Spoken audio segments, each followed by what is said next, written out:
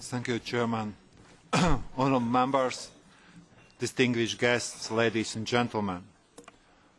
I would like to begin by thanking the European Parliament's Committee on Development and Subcommittee on Human Rights for hosting this hearing, the second Development Education Community event that I have had the pleasure of attending. Also, many of you were present when I spoke at the Dear Study conference last October. I am very glad and I am honoured to speak in front of you. On a personal level, as a former school teacher and headmaster, I have always been passionate about education, and as the time goes, I am even more. Even so, my career path has since taken me a bit out of education. My belief in its power as a vector for personal and societal development remains as strong as ever. That is why on professional level, as a Commissioner for Development, my belief in development education is just as strong. Development education is about raising awareness and helping create a situation in which the European public is both informed about development issues and able to engage critically with the global development. And we need this public engagement, not only to support our development policy and its objectives, but mainly to help shape the future of Europe and our relationship with the rest of the world. Of course, I don't need to extol the virtues of development education to you. That would be preaching to the converted. In my view, what we should be looking at now is how we can build on ongoing successes and bridge existing gaps. From the Commission's viewpoint, this will mean using the resources at our disposal, chiefly the so-called DEAR programme, to act as a catalyst for many great initiatives underway in some Member States and to encourage such approaches in all Member States, so that development education moves up the priority ladder. Take development education in schools, for instance. If the Europeans of tomorrow are going to be able to play an active role in shaping tomorrow's world, we must start helping them along the road to global citizenship today. In this vein, the recent recommendation of the Committee of Ministers of the Council of Europe to its Member States on education for global interdependence and solidarity is a welcome political step forward. I am also glad to see that many EU Member States, such as Portugal or more recently the Czech Republic, have already adopted a strategy on development education. These strategies are in most cases the fruit of intense multi-stakeholder processes at national level. They are a striking illustration of just how vibrant the European development education community is. In my own country, Latvia, a project called Schools, Satellites for Development Education, co-financed by the Commission, helped train teachers and build up development education activities in schools. This project forms the basis for further work with the Ministry of Education, resulting in the inclusion of development education in teacher training. In Sweden, Estonia, Slovakia and the United Kingdom, a project on MDG awarenesses among school children and teachers creates links between European teachers and students and their counterparts in Afghanistan. Through these direct links, children develop a very practical understanding of the Millennium Development Goals and what they really mean for people in developing countries. Projects such as this are very much an investment in the future for many of the young citizens exposed to issues in the practical way will remain engaged in the fight against poverty. I could give you more examples, but I think these few already give us a clear picture of what can be done to bring development education alive to further generations. And of course, our work on development education should not stop at school gates. Awareness raising among European citizens is equally as important. That is why we welcome the many initiatives which target adults as well.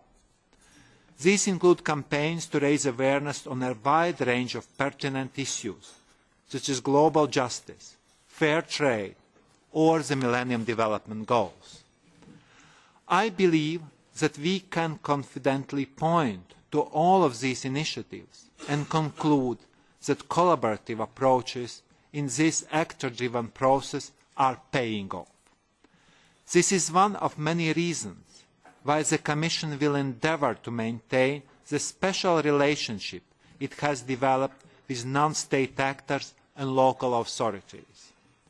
I am truly convinced that there is inherent added value in our work with these actors.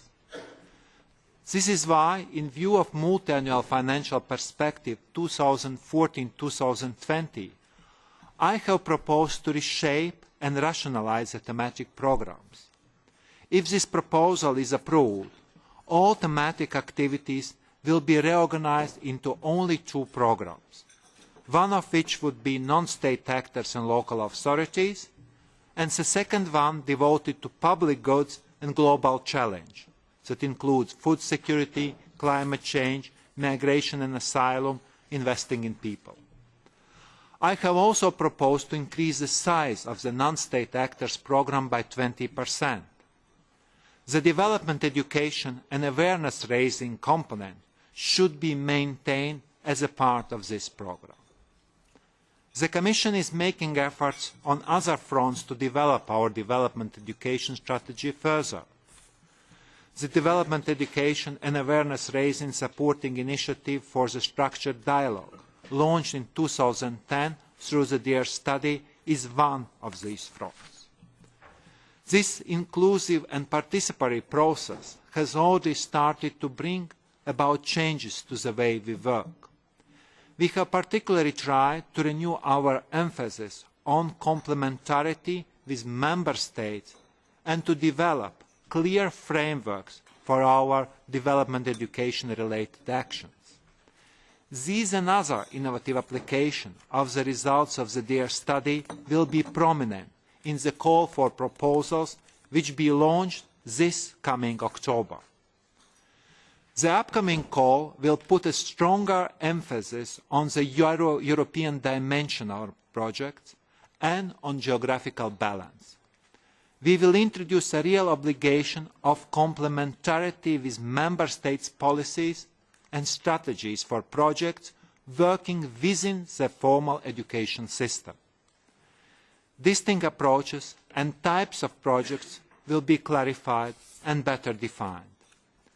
We will also introduce the possibility of support to larger projects which demonstrate a particularly strong European dimension. I am both confident and pleased that the process we started with this study will continue to have an impact as we constantly strive to improve the way we work together on those issues. I know many of you are informed and are still involved in their study and associated processes, and I thank you very much for this engagement. The Commission is committed to pursuing both its work in DARE and its participation in multi-stakeholder process. I look forward to reading the conclusions of your panel discussions to see how we can help make further progress on development education. Ladies and gentlemen, development education pays off when those of us involved in promoting it care enough to ensure that the general public, adults and children alike, can embrace it. For all of us here, and I dare say for many, many people outside this room, bringing development issues to children and adults alike to give them as broad a world view as possible is a no-brainer. Not everything about our current approach to development education is perfect, but I believe we are on the right track.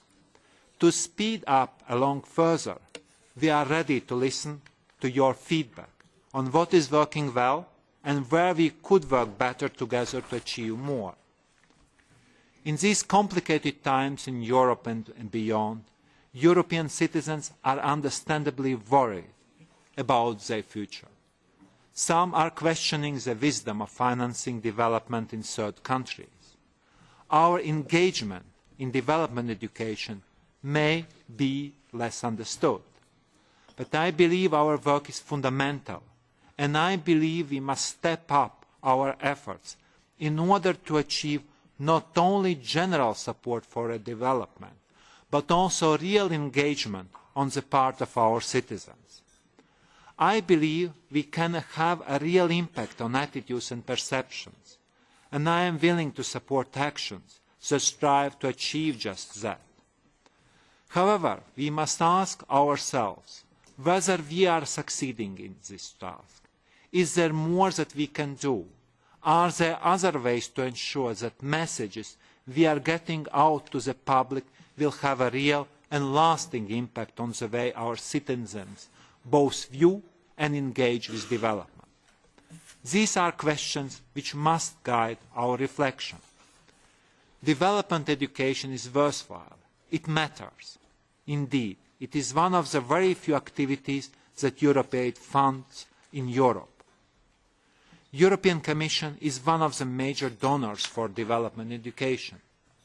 I firmly believe that the €31 million it spends on average on DEAR projects each year is money well spent. To those who would argue that we could and should be investing this money directly in developing countries, I would say this. Investing is exactly what we are doing. For development education is about taking a long-term vision and using it to invest in people everywhere.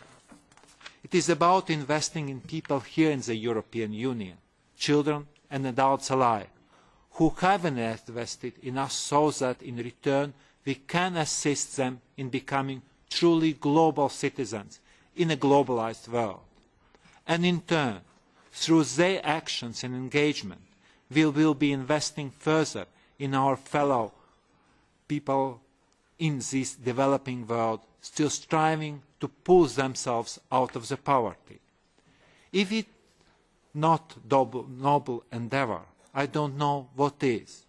Thank you very much for your attention. And I would also mention that our Director Christian Schmidt is staying through the whole conference. He will also answer the questions that definitely could come out about Commission policies. And sometimes there is this perception that we do not value. We do value development education. And I think it is one of the most successful programs that we have had so far inside the European Union for support for development cooperation. Thank you very much.